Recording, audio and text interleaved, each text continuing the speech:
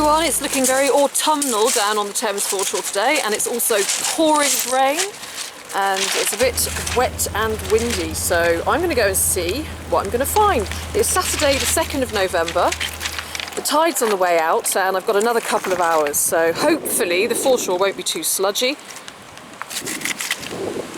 and we'll find a few good bits and pieces. But it's nice to see all these autumn leaves splashed around, adding a bit of autumn colour to the place. Oh look, first thing I can see here, one of my old favourites, it's a vulcanite bottle stopper. And let's have a look, see who is on there. Give it a little rinse off.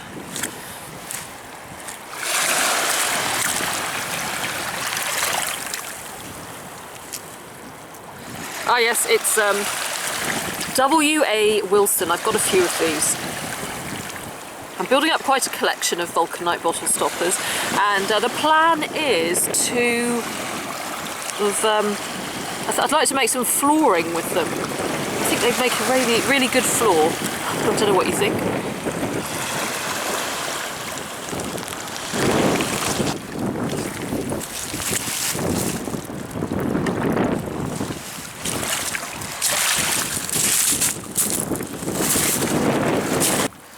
Now I've been searching this area here because, as you can see, in parts there's sort of this grey mud underneath the sand, and things often get caught on that, so I'm having a look to see if there's any coins or buttons or anything.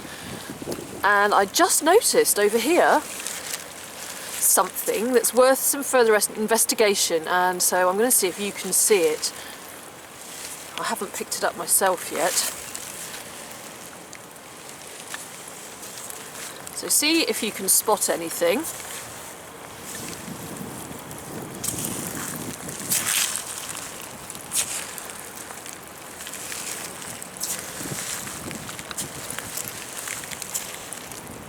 And it is right here. It looks like a ring.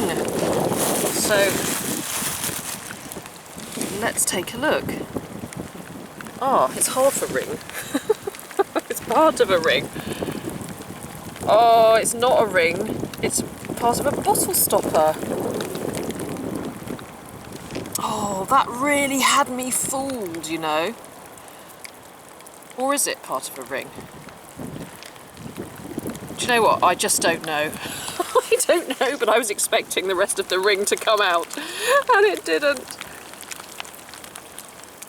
But you know what, it doesn't matter, because yesterday I was out with a friend and I found a ring, and I think it's gold and diamonds. I'm going to show it to you after this video, and so that's made up for this disappointment. But I'm still going to take it because I want to see what it is. There we are, there is the ring that's not a ring. See how easy it is to be fooled. So, back to the drawing board. I'm going to continue looking along here because it's quite promising. It's got a lot of potential with this mud that we can see. Things do get caught in it, especially pretend rings. So I've now seen something here. It looks a little more promising than the fake ring, and it's not this piece of pipe stem, it's this. I don't know what it is, but look, it's got a chain attached to it. So I'm going to pull it. It's a bit like that plug I found the other day. Well, I don't think I'll pull it too hard because I don't want to snap it. What is on the end? What's on the end of this chain? Stay tuned to find out if there's anything on the end of this chain. Yep, there's something on there. I have to go a little deeper.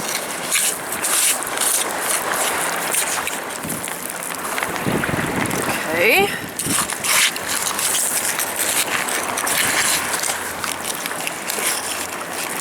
How's it going? Okay. Ooh, there's a ring. It can't be far.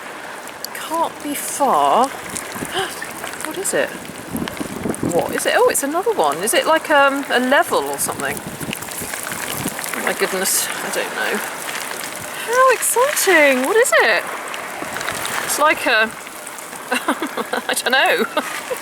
How curious! Let's give it a wash. Oh, it's disgusting weather now. Disgusting!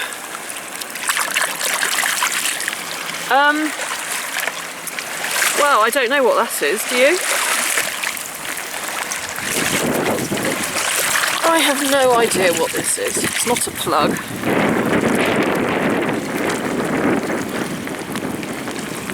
Right, I shall put it in my bag and take it home for further investigation. How exciting!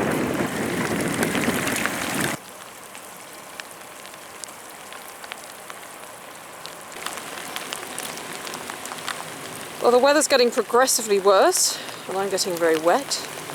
But I have just seen down here a pipe bowl, hooray! Which makes it all worth it, of course. Can you see it? It's just here. So let's have a look and see how much stem there is. Not a great deal, I don't think. Let's have a look. Oh, it's a nice big bowl though. Very nice. A nice pipe bowl for a rainy day.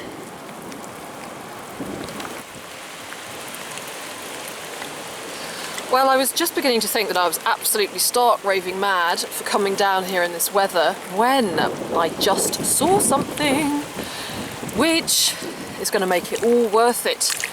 Because look here, can you see what I'm looking at? Now I can see two ends of a pipe and hopefully it's the same pipe. Look, I can see this end here and I can see the little spur, the little heel of the other end there. So hopefully all that is one pipe. Now let's see if it is. I mean, and if it is, it's got to be said that it's quite incredible that it's not broken. The amount of people that walk over here, that it's not snapped, myself included. So let's really delicately, I mean, I don't know, it could be two different pipes, but no, I'm really hopeful that it's the same one. Look! Oh my goodness, look, it is. Oh my goodness. It's always worth coming out, rain or shine. Look at that. A perfect, intact, beautiful pipe.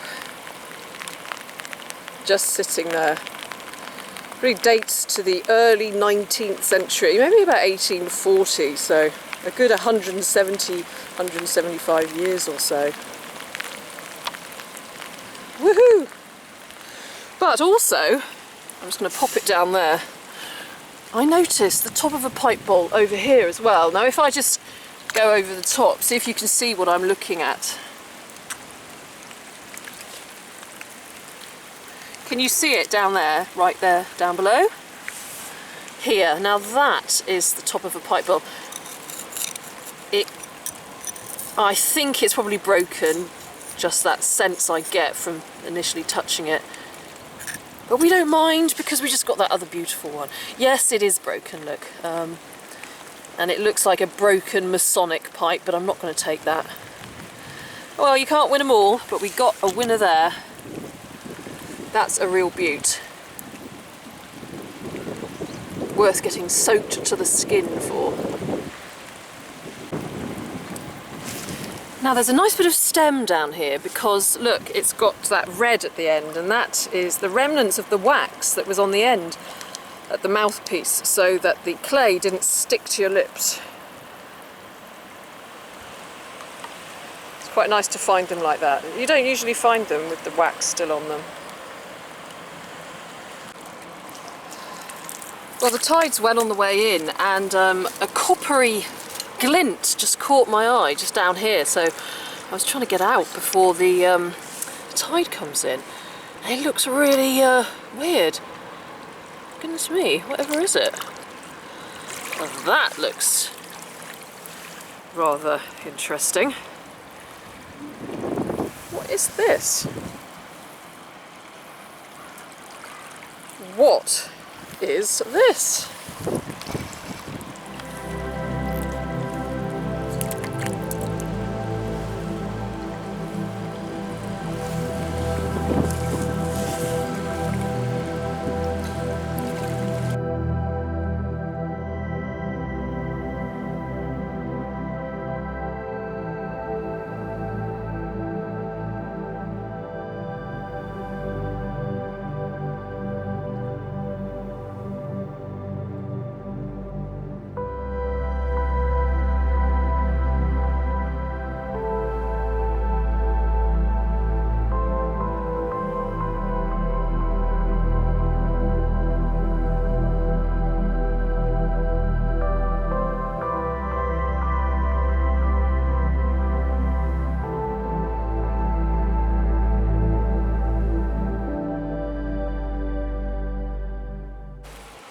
I've just spotted a little bit of bling down here, look.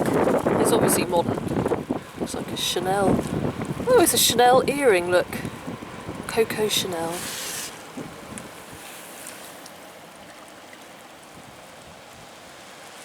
Hopefully lots and lots of little diamonds. I don't think so though.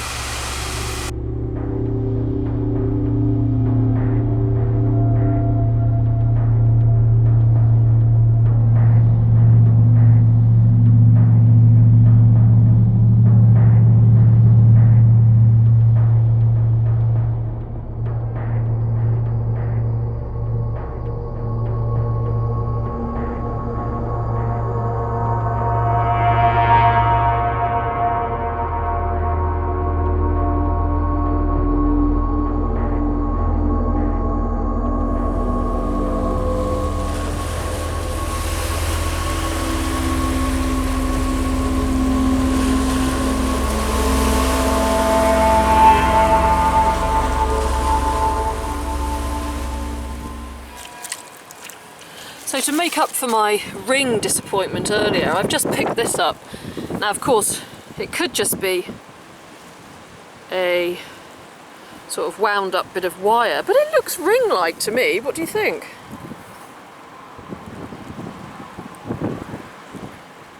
Or am I clutching at straws? It just looks like a homemade ring.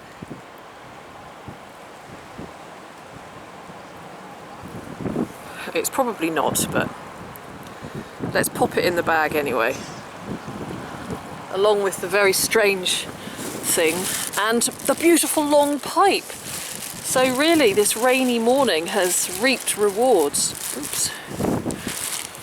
But I am looking forward to getting home and having a hot cup of tea, I have to say. I'm just collecting up some glass as well for my glass fish, and I just noticed this little piece of pottery here, which is rather quaint.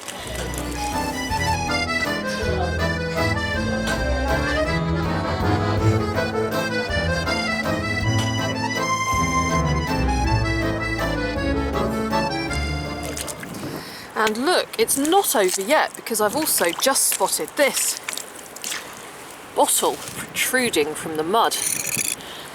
And I'm hoping it's going to be whole. What does it say? Something Brockhurst.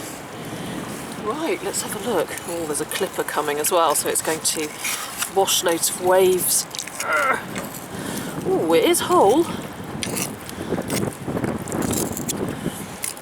Brockhurst.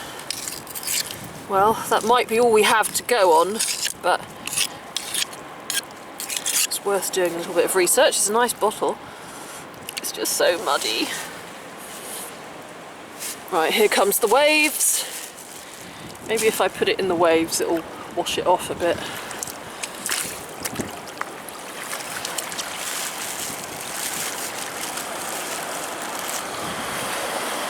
Woo, here they come.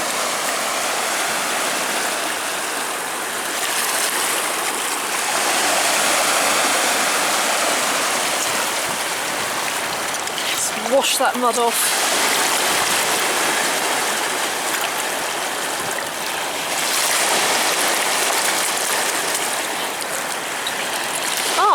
got something else. So it says, oh wow, it's got a name. It's got a name on it. Oh my gosh, that's so wonderful. Look! William Herons by Steam Power, Brockhurst. Well. Well, I'm really looking forward to looking that up. William Perkins by Steam Power, Brockhurst.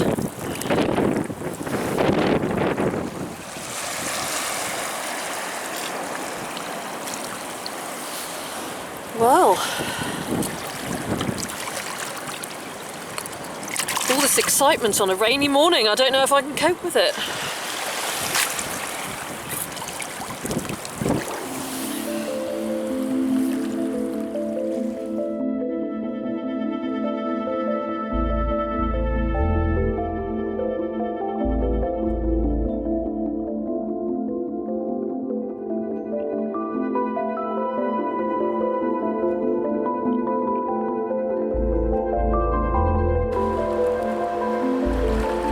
This little wasp looks a bit lost, so I'm going to pick him up and put him over on the side, out of the water. The wrong time of year for you, Mr. Wasp.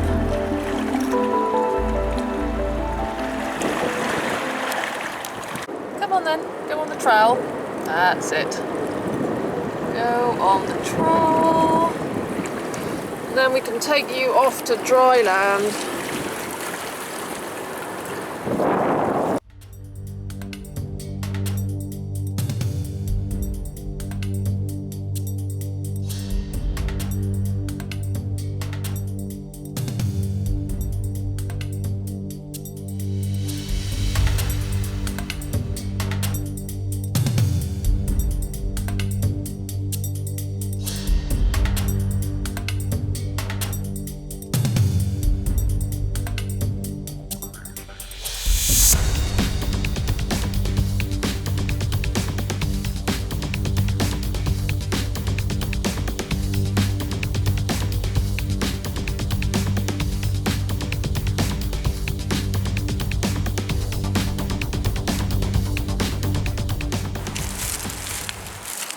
Here we go. Put you up here, then you're out of the tide's way.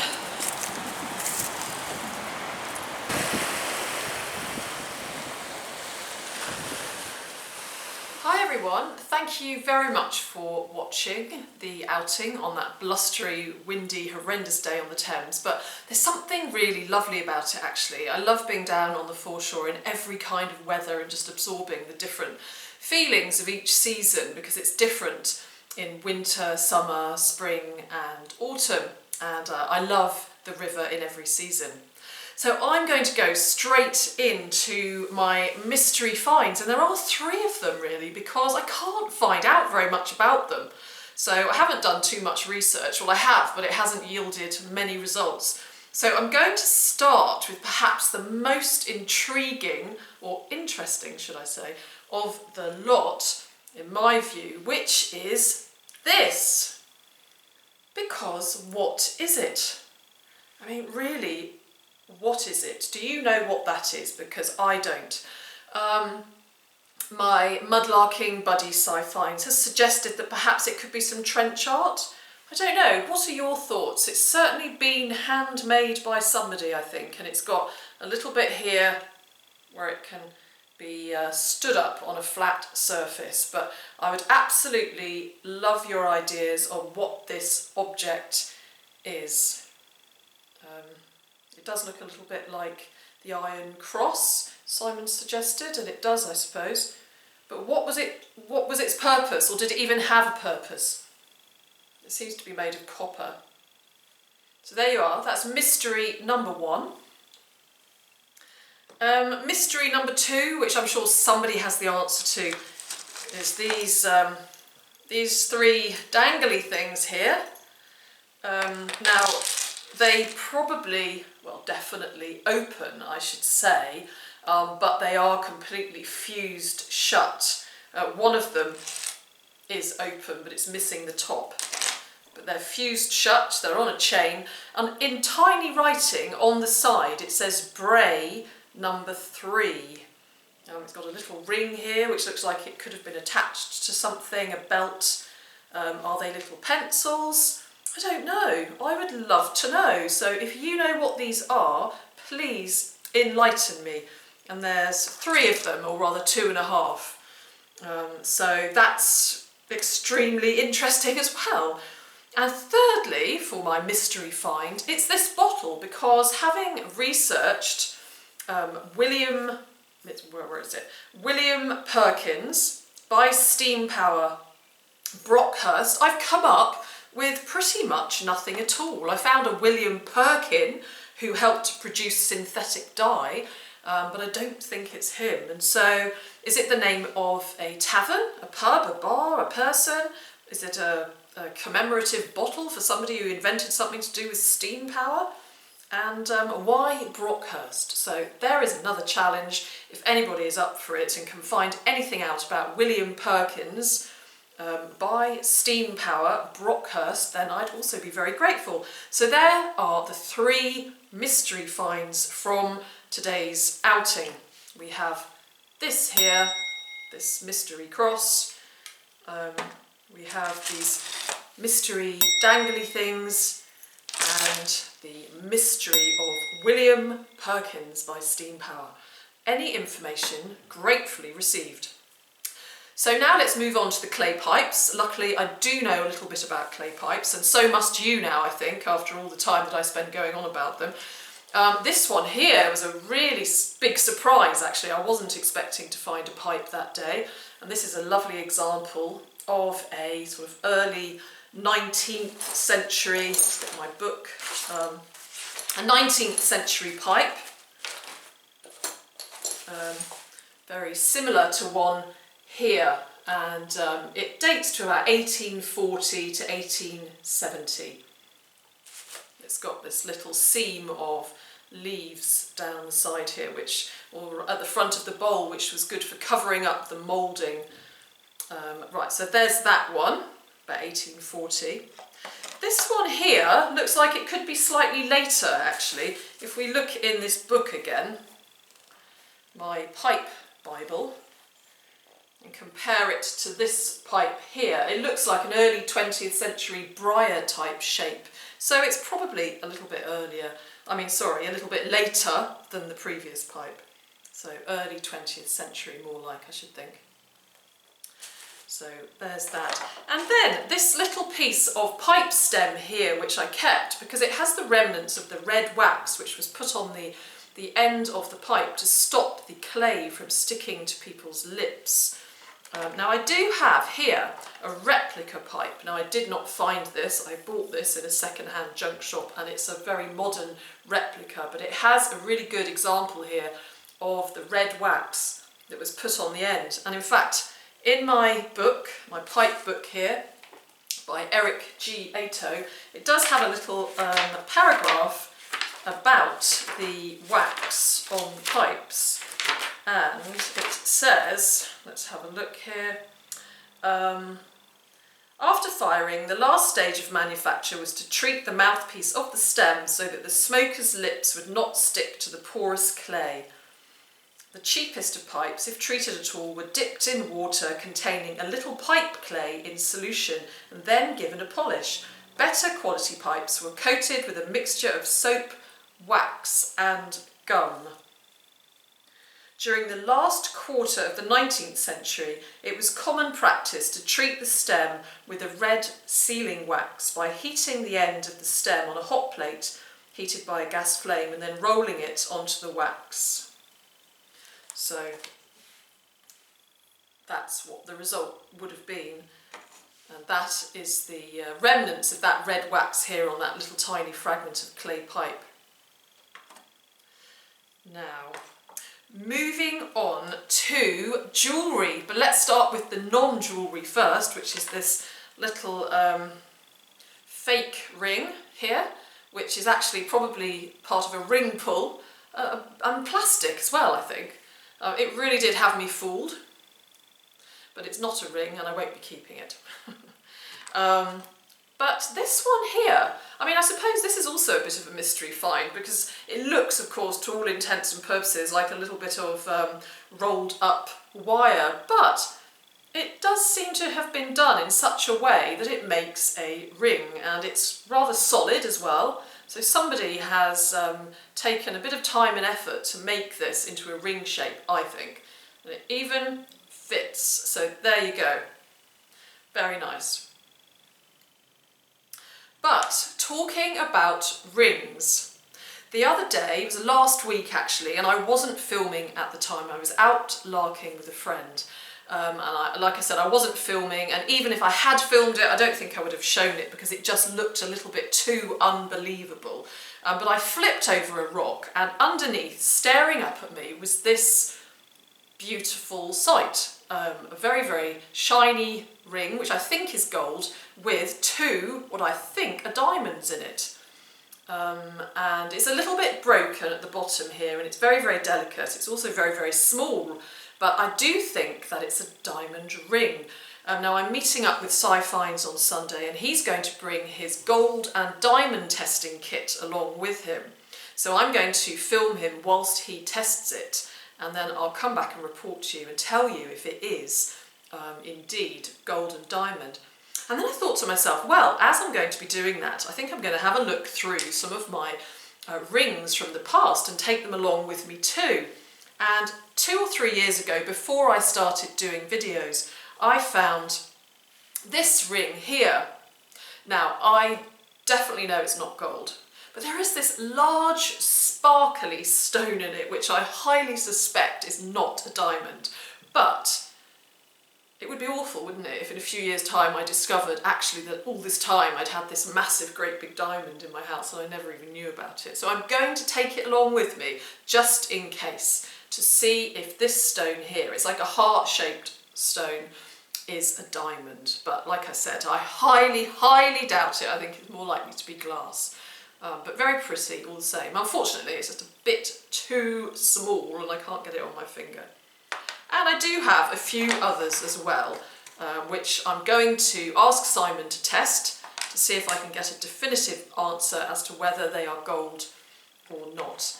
I do have one here, which I know for a fact is not gold, because the little hallmark inside is in fact the name of a shop. But I thought it would be interesting to test it, to see what the test comes out like if it's not gold, so that we compare the two. And hopefully this one's going to be gold and diamonds, and this one will definitely not be. So a very interesting array of finds, and I'm hoping to find out some more about all of those, particularly the mysterious items. So please let me know if you know anything about them. And now I wanted to mention the children from Hercules class. I recently heard from the children of Hercules class, who are 4- and 5-year-old children from Langley Fitzer School, Kington Langley in Wiltshire. Now their teacher, Mrs. Dixon, wrote to me and told me that they'd been learning all about London, and she showed them some pictures of my glass fish that I make with glass that I pick up on the Thames foreshore. And the children decided to make their own collages, their own fish collages, and she sent me some pictures, and I'm going to have to show them to you because they really are so inspiring. And I just want to give a big, big shout out to all of you children in Hercules class and tell you just how beautiful these pictures are, and they're so inspiring that I'm going to put them up in my studio so that I can look at them and be inspired too. So please carry on making your beautiful artwork because you're very talented and it really is absolutely stunning.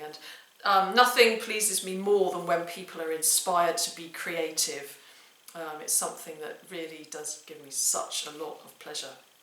So thank you very much, Mrs. Dixon, for sending me those pictures, and thank you very much, children from Hercules class. Carry on the good work.